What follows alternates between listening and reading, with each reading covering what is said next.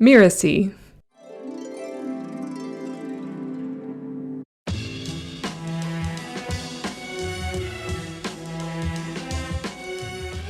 A lot of churches would frown upon this kind of thing, talking about energy or chakras or anything that's metaphysical without recognizing that they're participating in it. Anytime we pray, it's metaphysical. Anytime we commune with the divine, it's metaphysical. Anytime that we feed the hungry, it's metaphysical.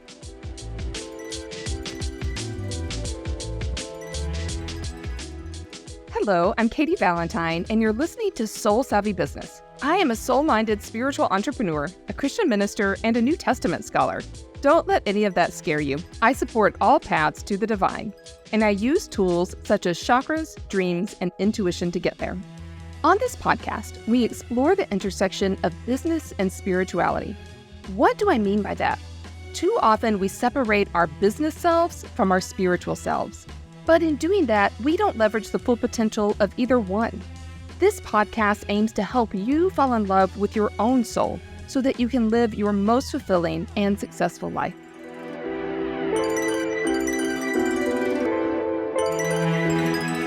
Today's special episode is our season finale, so I wanted to surprise listeners with something a little different.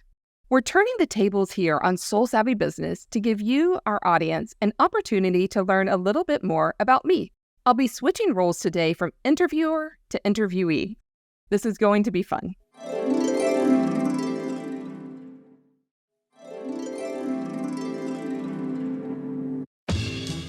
I'd like to introduce you all to Melissa Deal. You may recognize her names from the credits, as she's been on the production team since day one. She is also the host of Consciousness Explored, which is a podcast that is launching on the Mirasee network later this fall. Welcome to the show, Melissa. Thank you, Katy, and welcome to the show, Katy. Thank you. I will take my interviewer hat off now and be receptive to your guidance here. Excellent. I'm so excited about this. I'll be honest, though, I think the episode might feel a little incomplete without at least a brief tip on abundance. I look so forward to those, and I know your audience does as well. So is there anything that's been on your heart lately as it relates to cultivating abundance? You know, I can just speak from my experience this week and today, which is really most of what we have all of the time when we're talking about abundance is what's happening in our current awareness. I've been traveling back and forth between Ireland and the United States since March for quite a few months now, for almost 5 months. My father-in-law died in March, so I've just been going back and forth as we've been helping out my mother-in-law.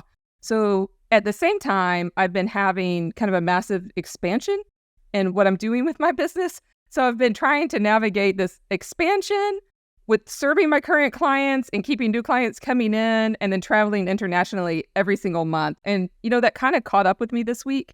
The universe cleared my schedule. I've only had one appointment every day, which I have to say is unheard of. I usually have 3, 4, 5 just between clients and podcasts and everything. And so I've taken this opportunity this week to do a lot in my notebook and resting and integrating. And I got to go to the beach today and really work with my own spirit team on my own alignment. And so I tried to take my own best medicine this week, which is to listen to what my needs actually were and fulfill them on the beach, which is fabulous. It's too cold to swim because I'm in Ireland right now.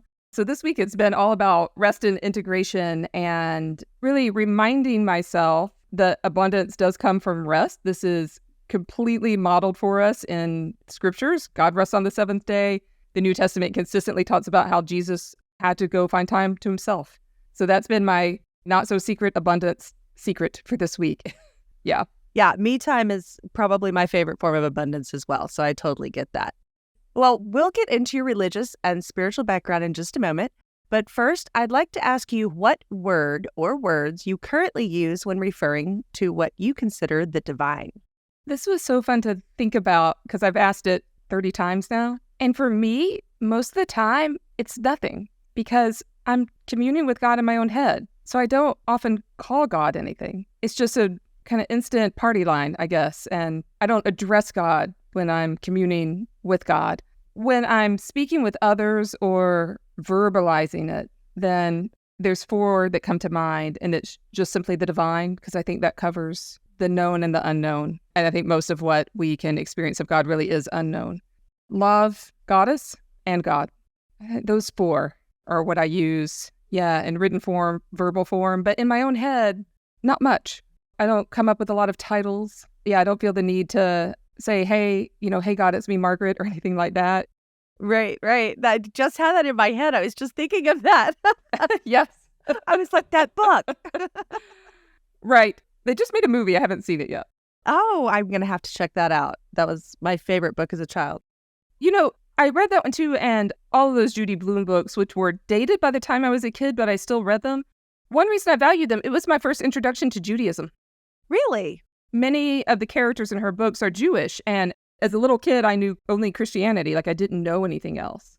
I remember having to ask, what is this? What is a Jewish person? I had no idea. And of course, they don't kind of explain that in the book. So actually, I kind of credit Judy Blume with, I would have figured it out eventually, but as a 8, 9, 10-year-old, that introduced me into the world of East Coast Jews. Yeah. That is so cool. I love that. That kind of leads right into what we're about to talk about, your spiritual and religious upbringing. So you could go right into that from where you were. Yeah. So I grew up in 3 Christian traditions. One was my household tradition, and my parents were recovering Southern Baptist. And they both knew from the time they got married, long before I was born, that they did not want to be Southern Baptist anymore. And so I grew up Methodist, and it was a sort of mild-mannered church. You sit down and pray, you stand up and sing the hymn, not super charismatic, not super evangelical, but growing up in the American South, we were surrounded by evangelical culture. And so that has its way of seeping in. So there was still a lot of talk in that church of salvation, kind of soft talk about salvation, an assumption about what heaven and hell were. Then we were surrounded by evangelical culture. And so as a teen, I went to a lot of Southern Baptist camps and churches, and there were a lot of altar calls in my life and a lot of talk about how your soul gets kind of stained anytime you do anything wrong. That never really felt right to me, but I kind of listened and participated in a lot of that. There were a lot of those silly little tracts that you're supposed to hand out to help convert people. I would love to know if anyone has ever been genuinely converted from a tract. I seriously doubt it, but you never know. I agree. Yeah. But then really another huge impact was I went to Catholic school for 10 plus years of my life. And that was day in and day out. The nuns were teaching me. We went to Mass once a week. And I was one of the very few Protestant kids in my class. And so there were only 2 or 3 of us at any given time. Everyone else was Catholic. I've come to learn since then that particular school, there was sexual abuse that was going on between the priest and some of the kids in the class. This caused not a crisis for me, but a huge reevaluation of the privilege I might have had as a Protestant kid a couple of years ago when I found that out. But one thing I value about that school is that it offered the lowest tuition for working class Catholic families in our state, in the state of Louisiana. So that was a school that was dedicated to making good, affordable education, private education for working class Catholic families. So I grew up in this trifecta of mainline Protestantism surrounded in evangelical culture that was very influential, and also Catholicism. So if you want a religious hang-up, I had it. Protestant shame to Catholic guilt. But if you wanted all of the good things that can come with Christianity, I also had access to all of those. So now I'm very grateful because I saw from day one that there's no one path. It was all in the Jesus camp, but really radically different ways to approach that. But I saw that, although the Baptists and Catholics, each other might be going to hell, I knew that neither one of them were because I saw the good in both. And I saw the flaws in both too. I love that you made the choice to take the good and leave what did serve you. I like that. Yeah, I've been always so fascinated with spirituality and expressions of the divine that I feel like God put me in this place so I could draw on all of this later in life, even though it may have been a tad confusing at the time, but also a really fun ride. And I have this distinct memory of being in my Methodist church the day all my Catholic friends were receiving First Communion, because I had to go through the training with them, even though I wasn't getting First Communion. That's a thing that only Catholic kids do. And we were having communion in my church that Sunday, and I asked my mom, I was like, well, can we go back in time so I can not have taken communion before so I can take it for the first time today? So I was apparently into the quantum reality even back then. Yeah. Yeah, that's interesting. And when do you feel like that kind of shifted for you into more metaphysical? Because you're more metaphysical today, as you talk about. Yeah. What was the shift there for you? When did that happen? Well, What was the shift? Yeah. So I think I was probably a very intuitive kid who didn't have a lot of names or structure or camp to kind of put that in, because it's radical intuition, and I wouldn't even call it sixth sense, but that being able to sort of interact with the spiritual world or the energetic world. There's no rule book for that, especially for kids, especially if your parents aren't into that, which either one of mine were. I don't know that they would have been opposed to it, although I think they would have back then. These days, they're pretty open to it. What kind of experiences were those? So one of the experiences I remember so vividly, I was 3 years old and I was laying in bed, and I used to listen to those tapes where you turn the page when it beeps to read, because I couldn't read yet. And I'm sure it was a Bible book. Those are my favorites. You can really see the seeds of where I've ended up with these. Really? Yeah. Yeah. I remember just chatting with Jesus. That felt so natural to me. I was a kid. I didn't know what prayer was. I was a really little child. I remember just that really close, intimate presence. And I would say presence with a capital P, whether that was Jesus or God, or it doesn't even matter. It was the divine. I don't remember what I called it. But it became so intimate that it was scary. And I didn't have a way to filter it. And it was scary that I kind of pushed it away. So I feel like a good chunk of my adult life has been reclaiming that. Wow. Yeah, I could see that. Yeah. When I got old enough to have appropriate filters and to discern and ask and kind of go on that journey. But I also remember talking to trees. I remember crying once because I thought the tree in the front yard was taking all the water, but I wanted it to have enough water. But I didn't want it to take so much water that we didn't have any, not understanding how pipes worked. So, I was talking to plants then, I think, too. So, lots of experiences like that. But I mean, mostly I was living my life, playing, doing the things that kids do. So my metaphysical journey probably began then when I was really, really small. And as a high schooler, it was the 90s. So I read the prerequisite New Age books that were out there. And there were a lot of sort of suggestive visualizations, become a tree and talk to your roots and branches, some of which I do now happily all the time. But at the time, I remember reading them, maybe trying it, but it was just a little too woo-woo for me at the time. Definitely did not square with those 3 Christian traditions in which I was embedded day in and day out. And so I would read those and then shut them, and then read them and then shut them. And then sometimes I would go to Pentecostal friends' churches. And my family was definitely not Pentecostal. They hated it when I would go to those. But I enjoyed the atmosphere because they were so metaphysical, although they would never use that word. Definitely not. All right, they would never use that word. And these are kind of churches where women didn't cut their hair and there was no makeup, no jewelry, all of that. But they were so in touch with spirit. And I loved that. So, I mean, in that sense, I was reaching out to this metaphysical universe. Shh, don't tell the Pentecostals in Shreveport, Louisiana. That's what I call them. And then I got into college and grad school, and I was studying the Bible. I was planning on being a professor. And contrary to what anyone may think, there's nothing woo about that. You're learning ancient languages. You're writing papers about what was the ancient context, and you're studying ancient world. And it's a long slog. But in grad school, my PhD program, I began attending just for fun. I didn't get a grade. I began attending a class on dreams. And as people began sharing their dreams, I began to see that there was a lot more going on than the daily rents or dreaming about something that was just going on in your immediate daily life or problem solving, although all of that was present too. But I began to see that there were huge archetypes in people's dreams, and that sometimes many people would come in and they had all had the same animal in their dream or the same synchronicity. And I began to see that there were not only life patterns, but many life patterns over many lifetimes that were showing up in people's dreams. And so this sparked my interest again. And at this point in my life, I was in a place where I was mature enough to be able to dive into this with some responsibility. I definitely had the research skills to figure out what's the history behind all of this stuff. And it really took off from there. So while I was in grad school, I was attending a church that was super supportive, that they were open to anything that you wanted to do like that. And at the school where I adjuncted, there was a meditation teacher. I started attending his meditations. He taught me about chakras and about meditation. He was a Catholic brother, so it was kind of full circle. Yeah. And so this is what I credit to getting me through my PhD program. That's awesome. I'm liking learning all this. As long as I worked with you, there's so many new things coming up that are so fascinating. Well, I'm going to move out on just a little bit, but still sticking with your kind of early religious and spiritual beliefs. Could you tell us how they impacted your relationship with money or abundance, or if they did?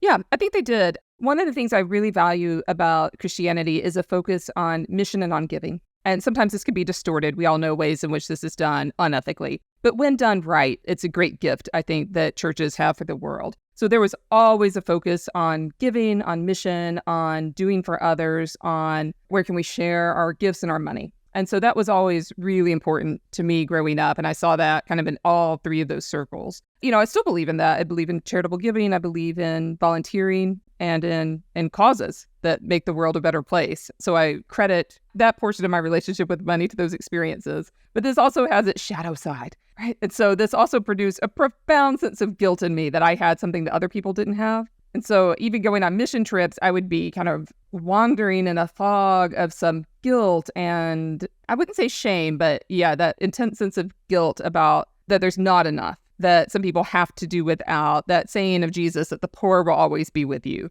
can be a ruminating voice that's unhelpful. And so in that sense, I think I impoverished myself for a lot of years. When I was a student, I think I made myself much more lean than I needed to be for many years and getting into debt, especially some student debt, because of this mindset, because it also produces the idea that there's virtuous poverty. So someone with a lot of education and maybe a job that has high prestige but low income, well, that's virtuous. It's virtuous to be poor. Or pastors have the same thing. They may have a lot of prestige, yeah, but not a lot of cash. And so then it almost becomes virtue signaling in some of those communities. People will kind of outline the different ways that they suffer. Right, yeah. And so, I definitely participated in that. So I had to turn that around. Do you think most of that was conscious or unconscious? Oh, totally unconscious. Totally unconscious. It wasn't until I really began getting into business for myself and began the relationship with the wonderful person who is now my spouse, who had a much healthier mindset around money. It was very patient with me. At one point, we were planning on handling all of our student debt separately, which made sense at the time, early in our relationship. And then one day I got a text from him, and it was a text I had dreaded for like years. And it said, "How much is your student debt? Let's just think about paying all of our student debt collectively off together." And I was on my way to meet him for dinner. And I got there and he said, "Did you get my text?" I said, "Yeah, no, I'm not going to tell you that." And he was like, "Are you serious?" I was like, "I'm dead serious. I'm not telling you how much student debt I have." And he said, "Why not?" And I said, "Because I'm embarrassed and you may leave me. I don't know. Like, I'm not going to tell you." It's that bad. It was that. And it was just that sense of like shame and guilt and everything that having participated in the subculture of virtuous poverty. And so he knows me, thankfully, and he didn't try to shame me into telling him or anything. And he after a week, he was like, "Can you tell me now?" I said, "No." And he said, "Is it more than this?" I said, "Yes." I'll tell you that, yes. We can play the 20 questions game. And finally, he just said, "Just write it on a Post-it and give it to me. I promise I won't be shocked, and we're going to deal with it." And that's what we did. So that's how deep some of this ran with money. Was it all rooted in religion? No, but some of that mindset had filtered to me in a way without any corrections. Mm-hmm. And if you're going to be a Christian or Jesus follower, you're going to have to reconcile that through that lens. So how did you do that? How did your religion, your spirituality as a Jesus follower help you with that? Yeah. And so actually this is, I think, where my academic study comes in really, really handy. And I finally realized I was thinking about money. I was thinking about abundance as if there's a defined amount in the world and everyone only gets a portion. And if that's the case, I wanted to give away my portion so other people could have it, the people who deserved it or needed it, or people who'd been impoverished or didn't have enough food, like whatever it was. And so I realized we've inherited that directly from the Romans, or the Romans exemplified it. And we are somehow like inheritors of that mindset. So for the Romans, anything in the world that was worth having, like honor, money, abundance, was zero sum. So if you got some, you took it from someone else. So everyone was in a stakes and status. And if Christianity is anything, it's anything. It's about bringing together people who are wildly diverse, have no relationship to each other, and making them into a family without all the status stuff. And so I thought at some point, I don't know how conscious it was, but looking back, I was like, this is actually like contrary to my vision of what Christianity should be, which is that we all help one another, but we're all working out of God's abundance, not out of the world's scarcity. Right. Yeah. I like that. Nice. Yeah. And speaking of that, I've just always wanted to hear you say that you're a Jesus follower a lot. And I just didn't know, is that the same as being a Christian? Is there any difference in following Jesus and Christianity?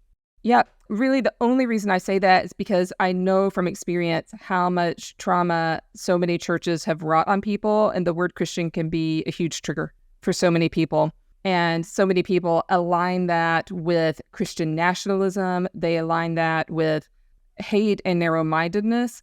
When I use the word Christian about myself, that's not what I mean. I just mean simply someone who follows Jesus. So it's really with respect for people that have a difficult time with the term, which I respect the reasons why they have a difficult time. And so to me, it's the name is not that important. At the same time, I don't let anyone define for me what the word Christian means. So I use both pretty interchangeably for myself. Also, I find myself sometimes, even when someone says, "Are you a Christian?" I'm sometimes hesitant to answer, not because I'm ashamed or I want to deny, who I am or my background or anything like that, but because I don't want them making assumptions about me. Because it can be a loaded question. Are they going to assume that I'm narrow-minded or, and I'm putting people in a box? So I go both ways. Yeah, okay. Okay, well, I'm going to switch it up a little bit and go into talking about your business and your entrepreneurial journey and the work that you do now. So could you tell us just a little bit about your business and the people that you serve? Yeah, so this has two parts because, as I mentioned in the beginning, I'm currently in this period of expansion. And so I have been helping for years Christians who want to incorporate metaphysics into their faith journey. And I'm continuing to do that. I love it. It's amazing watching people transform themselves and from the inside out and to live into this beautiful abundance of the energetic world. So I'm not stopping doing that. I've also been helping spiritual entrepreneurs launch. What I've been developing will be called Soul Forge coaching, which is to help anyone who wants to be Christo expansive. And that's especially maybe entrepreneurs, professionals. That's the first time I've ever heard the term Christo expansive. Is that a new term or did you coin it or am I just out of the loop on that? Yeah, I think I coined it. I came up with this a couple of years ago just in my own meditations. So by Christo expansive, I mean someone who has roots in Christianity, but they also see the value in being expansive globally, spiritually, in incorporating practices and values and spirituality from outside of Christianity into their journey. So for your new program, you work with entrepreneurs, obviously. Who would be like your target market there among entrepreneurs? Yeah, so for entrepreneurs who are wanting to expand their ripple in the world, expand their impact, and get really clear on what their spirituality is. And so this is for those who have roots in Christianity or in the Judeo-Christian worldview that we have. They don't want to throw that out. They don't want to throw the baby out with the bathwater, but they want to be more expansive in their thinking. So they're coming from maybe a place of religious toxicity, religious trauma, and want to resolve that because we cannot have the impact we want to have if we're dealing with our religious past and it's still with us and hasn't been healed. So coming from a place of healing that to a place of really wanting to find out who are your spiritual and energetic allies in the world. And I mean specifically, who are the angels, who are the guides that you would like to work with, and those who really want to go into the energetic world, into the spiritual world, meet those allies, meet the people that they serve so that they can serve them at a more impactful rate. Right. That backup team. Get the backup team. Yeah. And it's also fun. It's also fun. Yeah. Yeah. We get to expand our spiritual horizons along the way while still really being enamored with the teachings of Jesus. Okay. Well, just so we could be super clear for the listeners, can you tell us really more specifically what metaphysics encompasses and where you draw a line, if at all, when it comes to blending metaphysics and Christianity? So I'm going to answer the second one first, which is no, I draw no lines because I believe that Christianity is metaphysical. I don't believe there's any blend. The only barriers are the ones that we have erected. So Christianity is the story of God who becomes incarnate on the earth, teaches people about love and justice, heals people through this energy that we don't really understand, and asks us to do the same. And you can't get more metaphysical than that. We all know this is no secret, right? A lot of churches would frown upon this kind of thing and talking about energy or chakras or anything that's metaphysical without recognizing that they're participating in it. Anytime we pray, it's metaphysical. Anytime we commune with the divine, it's metaphysical. Anytime that we feed the hungry, it's metaphysical. And so, no, I draw no distinction between the two. I don't think that there is a distinction. For the first part of your question, what is metaphysics? What is metaphysical? So if we just break this word down, it just means like more than or after the physical.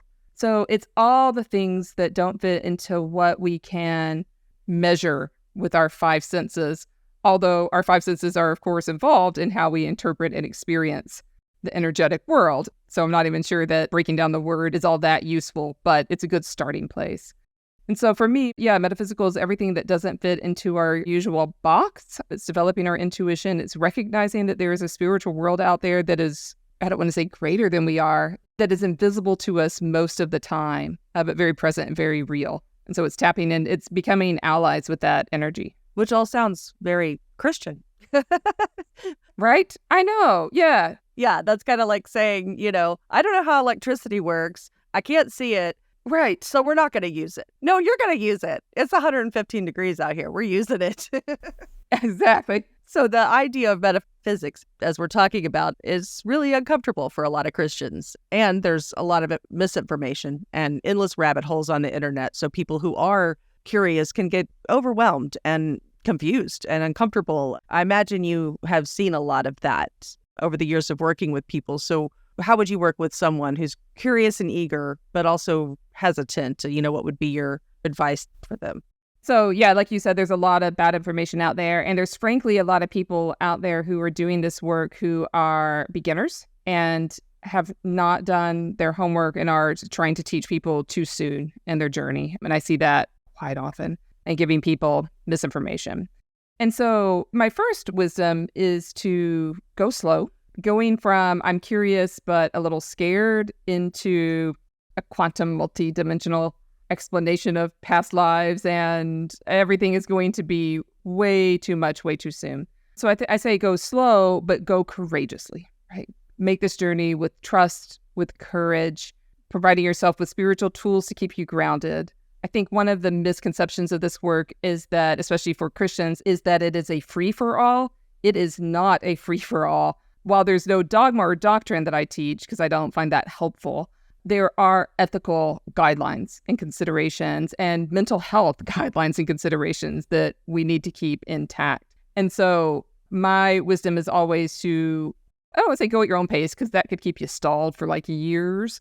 Sometimes we don't have a good pace, but go at a reasonable pace with this material, but do it with some full trust that you are surrounded, you are guided. God has provided everything that you need for this journey. When you're in the place where you don't feel like you can do it on your own, or that is taking way too much time, or that you have the same questions now that you had a year ago, then it's time to get a mentor who has been on this path to assist you with this. Spiritual mentors are tried and true. We have had them for millennia.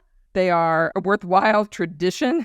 And so find a spiritual teacher who can assist you, not tell you what to do, but assist you and hold the safety net for you while you're doing this. I think our spiritual journeys are the only thing we take with us when we go. Yeah, that's good. As far as spiritual teachers, I've kind of found that for me, a good litmus test is, do they guide you to your own intuition and your own best wisdom, or are they trying to get you to believe something? How do you feel about that? Yeah, absolutely. A good teacher should provide space for you to come to your own conclusions and should empower you to go off and fly. And so I think a good teacher, a good spiritual mentor will not make you dependent on them. Right. And I've seen in this work a lot, too, that people are there to give you a little piece. To maybe somebody plants the seed, maybe somebody waters it, maybe somebody puts the UV light on it. And there's kind of a progression of teachers and mentors as you grow and bloom, Does that make sense? Yes. Do you feel? Yes, absolutely. And I feel the same way. And I have mentors and teachers as well. I am very rarely without a spiritual director, because I believe that coaches need coaches, spiritual mentors need mentors. And I know I was just in between spiritual directors because mine had kind of closed her practice for about 6 months. And I started getting really testy. And I knew it was time to find someone again who could hold space for me the same way that I hold space for other people, and can empower me and also challenge me when I get in closed-minded thinking, which we're all apt to do at some point. Or when I think I actually have all the answers, right? Call me on that. Yeah. Which will inevitably impact your personal life and your business. Yes, 1,000%. Which leads me to my next question. What would you say your biggest challenge has been in building the business you have now? Oh my gosh, it was investing in myself because I really like being at the top of my class. I really did have the mindset I could figure this all out on my own. And that if I read enough books, if I watched enough YouTube, if I, did all those classic things, I could figure this all out. But I was coming from the world of academia and nonprofits, and neither one of those are preparatory for launching your own business. I mean, they were really good at skill set building. But yes, for me, it was taking that plunge and finding someone to teach me how to build and run a business. And that was a huge leap. And I don't know if other entrepreneurs have felt like this, but before I did that, I almost felt a little bit like a failure if I needed assistance with this. I was so used to doing everything for myself. I was so used to it. I'd been so scrappy for so long. Promise you're not the only one. Yeah, okay. Oof. Yes. But, afterwards, I think when I initially signed up for the first person that I worked with, it was at the time for me a really, really high ticket price tag, like I think $8,000. And I think I went and I threw up and then I felt great. I just needed to purge my system. Yeah. So, holy moly, I just spent a lot of money. Okay, what am I doing? Yeah. Is this going to pay off? Can I do this? Can I do this? And then it turned out to be a really, really good mentor. Awesome. All right. In your previous shows, you've asked all your guests what they think of when you say being in alignment. So I'm going to switch it around, and we'd like to hear what that means to you when I say being in alignment. So I try not to overthink this, but for me, it's when my vision, my values, my mission, and my actions all line up together. So vision, value, missions, and actions. And for me, I think the sticky spot there is actions. Sometimes I'm spending time on things that I've not said are my vision, values, or my mission in the world. And then I have to look at that, because if that's true, I'm not in alignment. So if I'm spending my time on a bunch of tasks that don't ally myself with the other three, then I am out of alignment. So for me, it's when all four of those are really nicely stacked. What does it feel like to you when you're out of alignment? What's your first clue? So I think there's two things. One is I get super irritated and annoyed. I just get annoyed at everything around me. If we're talking about I'm out of alignment because I didn't exercise yesterday and I probably needed to, and although that's a value of mine, I just didn't get it in, that's pretty easy to solve. Okay, stop what I'm doing, go exercise, back in alignment. But I think another is sometimes I feel out of alignment when I'm actually in a growing edge. And it's very easy for me to confuse those two. So if I'm in the middle of a leveling up spiritually, or in my business, or just in my personal life, I feel that friction because things will feel off. It kind of, to me, it feels like mental sandpaper. Like everything feels just a little harder. Things don't line up. The launch doesn't go quite the way you think it will, like that kind of thing. Sometimes I'm just truly out of alignment and I need to reevaluate, and that's easy enough to do. Do these four things stack up? Sometimes I'm just in the middle of an expansion, and so it feels like it's out of alignment, but it's not. It's just the growing pains. And so I have to be super aware to try to distinguish between the difference of those because they can feel very similar to me. Absolutely. I agree. When those changes do occur and you kind of settle into that, it's a new alignment. You feel different. It's a new alignment. Yes. And so that's going to feel different. So this is where energy and metaphysics can be super helpful because they can give us a little bit of a barometer and how the new thing feels. And for me, I can get there a bit more quickly. And these days when I need to transform some energy, I mean, it used to take me weeks, months. Now it usually takes hours or days. So for me, that's a huge gift of the metaphysical world. Yeah. What's your go-to?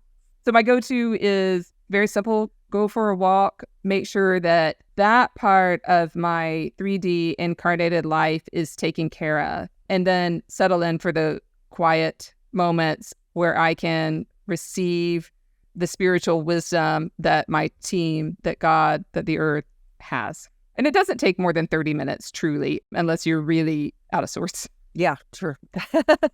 Sometimes it can take a whole day. Well, before we wrap up, Katy, do you have any parting words or advice that you'd like to share with your listeners? So yeah, I think it's find your alignment and to be courageous and go out there and find your spiritual allies, find your human allies who can help you in this crazy adventure that we call entrepreneurship. Because again, in the end, the thing we take with us is our soul and our soul mission and our soul journey. The ripple effect and the impact we have is part of that, but there's no reason why we have to do it alone. So find your spiritual tribe, find your human tribe, and get together, making the difference you're called to make. That's fantastic. This was so much fun, Katy. Thank you so much for asking me to do this. I have enjoyed every second of working with you, and I just adore you. And can you tell us one more time, what's the best way to find you? Yes, and thank you for hosting, Melissa. This is really, really fun. I can't wait for your show to come out. I'm so excited about it. And a great title. It's Consciousness Explored. It's going to be fabulous. It's been so fun to work with you just over all of these episodes. So you all can find me at www.katyvalentine.com. Make sure you're spelling Katy correctly, Katy. There's another IE Valentine out there that will not get to the place where you're supposed to be. So just katyvalentine.com is the easiest way. And you'll find a little thing there on Soul Forge coaching and everything else that I offer too. Fantastic. Thank you. And of course, as always, that will all be in the show notes. And back to you, Katy. Okay, I'll take us on out.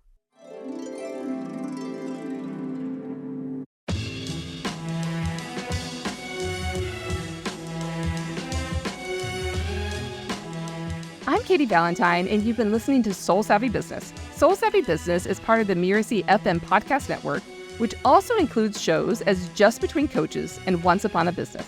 This episode was produced by Cynthia Lamb. I wrote this episode with Melissa Deal. Thank you, Melissa. And she's also the co-host today. Melissa assembled the episode. Danny Eny is our executive producer, and post-production was by Marvin Del Rosario. To make sure you don't miss great episodes coming up on Soul Savvy Business, please follow us on Mirasee FM's YouTube channel or your favorite podcast player. If you enjoyed the show, please leave us a comment or a starred review. It is the best way to help us get these ideas out there to more people. Thanks, and we'll see you next time.